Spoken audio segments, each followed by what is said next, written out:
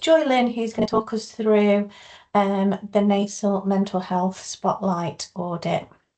Thanks, Joy Lynn.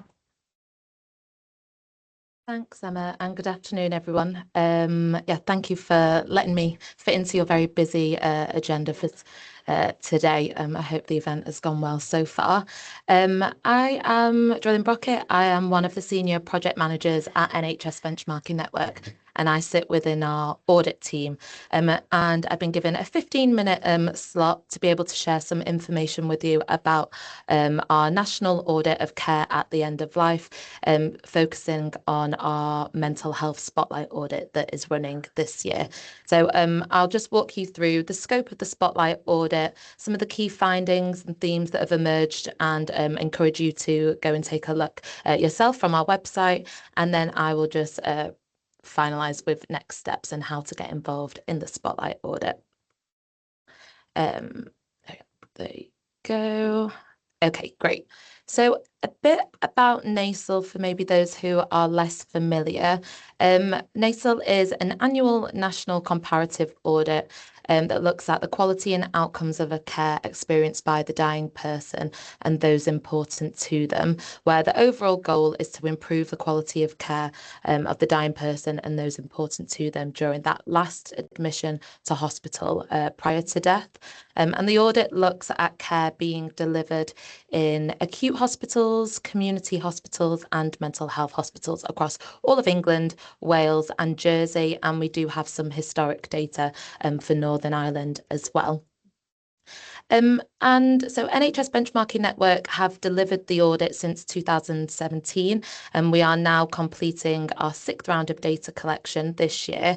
And during this year, we are running the audit as usual in looking at care being delivered in acute hospitals and community hospitals, but we're also now conducting a spotlight audit into the quality of care that's being delivered in mental health inpatient settings.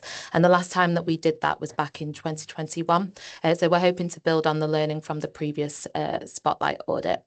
The audit is commissioned by HQIP, so the Healthcare Quality Improvement Partnership, and it sits within their NCAPOT programme. So there's around 60 other national clinical audits, and the audit is funded on behalf of NHS England, the Government of Jersey and Wales. And really high-level aims here, the aims of the audit are to improve the quality of end-of-life care by identifying areas for action, to reduce unwarranted variation, to understand and reduce health inequalities, and there's a particular focus for the audit looking at data split by ethnicity, and another key aim is to share and adopt best practice. So with this year's Spotlight audit, as I said, we really want to build on that baseline learning information that we gathered back in 2021. We want to look at whether there's been progress made against our previous recommendations, as well as look to compare the results against acute hospitals and community hospitals to support a greater understanding of the care being delivered across the system. But from back in 2021, there were 3 national recommendations that were identified as being the most important to improve quality of end-of-life care within a mental health inpatient setting. And those recommendations focused on access to the right care at the right time once a patient was recognised as being at the end of life. And that included ensuring that there was equitable access to specialist palliative care services.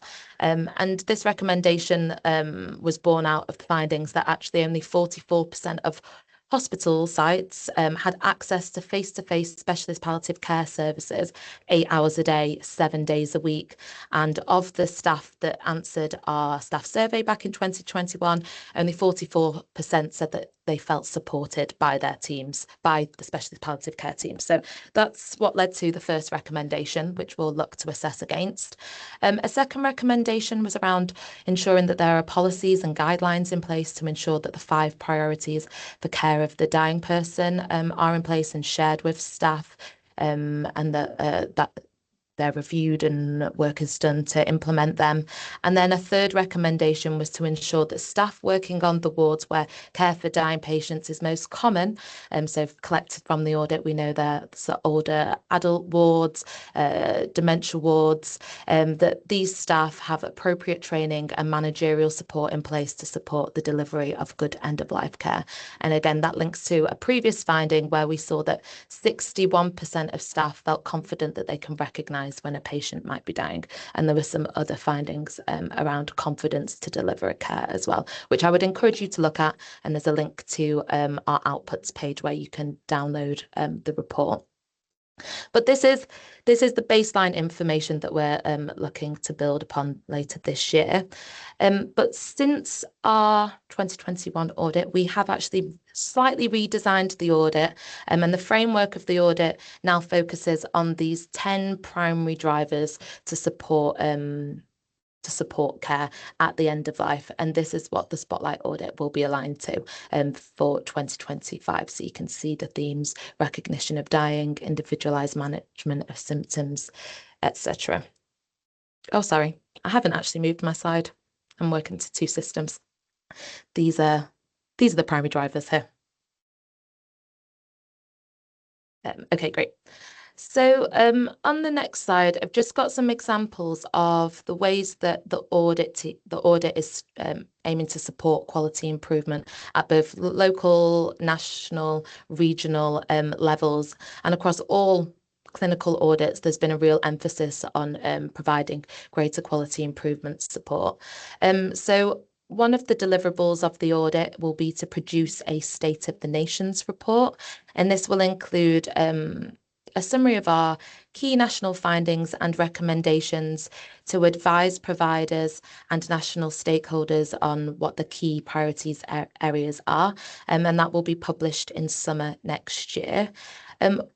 All providers that are taking part in NACEL will have access to their own local results via an interactive tool, and that will support users to be able to interrogate the data, compare their results against other organisations, and we're hoping to release that tool early next year.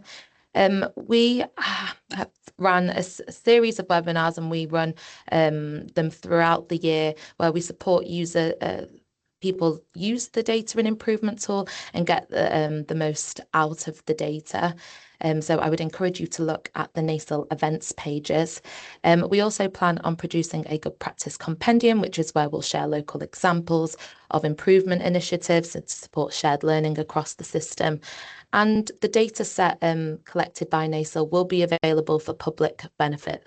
So researchers are able to request access to the data set via HQIP's DARG request. And that's something that as a team, we've been focusing on how the NACEL data set can be used more widely. So we'd hope that, we'll work with the LEADER program to see whether the data around patient deaths for people with a learning disability and autism can be used to support that program of work. We know there's been some interest in the data set where researchers are looking at palliative care being delivered to patients with serious mental illness. So there's lots of work going on around this area. And then, so the audit contains a data collection, and there are 4 key data collection elements. So we have the case note review, which is where we ask auditors to review the patient notes of people who have died within the inpatient facility that year, and to submit the data via the NHSBN website. So data collection closes for the case note review on the 16th of January.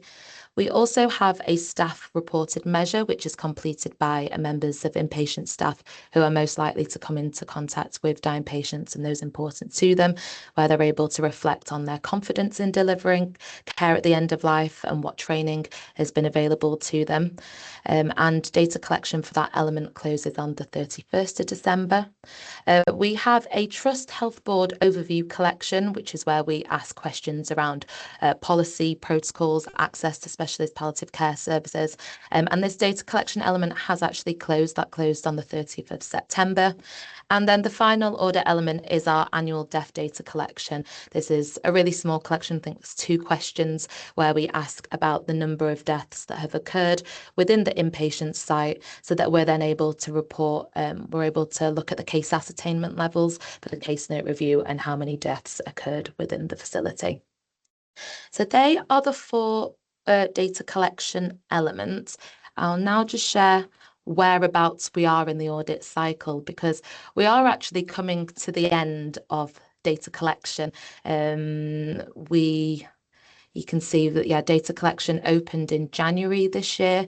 So we are closing up data collection, and then we will start to move to reporting. So local outputs will be published in February next year, and then the State of the Nation report and good practice compendiums will then later be published in August 2026.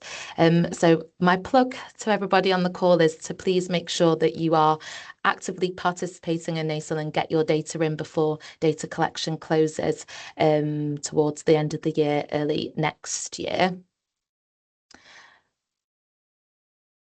So just another update on where we are in the audit cycle at the moment. These are our current participation levels. So we've had really great engagement, which is fantastic. There are 58 mental health trusts across England and Wales that are currently registered to participate. So we have a overall participation rate at the moment of 95%, and the team are still doing some work to get that to 100%.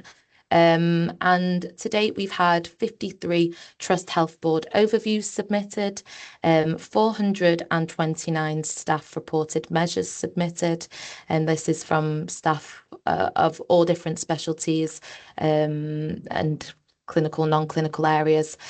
We've had 80 case note reviews submitted, and the annual death data collection hasn't yet opened, so that will open on the 1st of Jan. So yes, there's still time to participate and support an increase in the overall figures to support a robust review of care. So next steps, how to get involved. I would like to please encourage those that work within NHS providers, mental health providers, to check whether your trust is actively taking part in the audit and whether you're on track to submit the data by the deadlines. So as a reminder, staff survey closes in December, case note review closes mid-Jan, and the annual death data collection will close at the end of February. And please do look out for the release of the local outputs in February. We will share comms via NHS Benchmarking Network's newsletter. We also have our own NACEL newsletter where you can sign up to that via our website, and you can track us on social media as well. So local outputs due in February, and then the State of the Nation report will be released in August. And just please do make use of our NACEL website. There's loads of resources on there. You're able to sign up to our events. They're all free. And we have a whole host of different quality improvement resources, whether that's reporting templates for the board, you want to see how the data aligns to national standards. We've got different documents there. So just a really quick view of what our website looks like. You can access it by www.nacel.nhs.uk, and there is a dedicated mental health spotlight audit section. And then if you go to this, at the top, there's a header that says for professionals. You'll be able to access our data and improvement tool. You can sign up to our events, and you've also got our quality improvement resources available.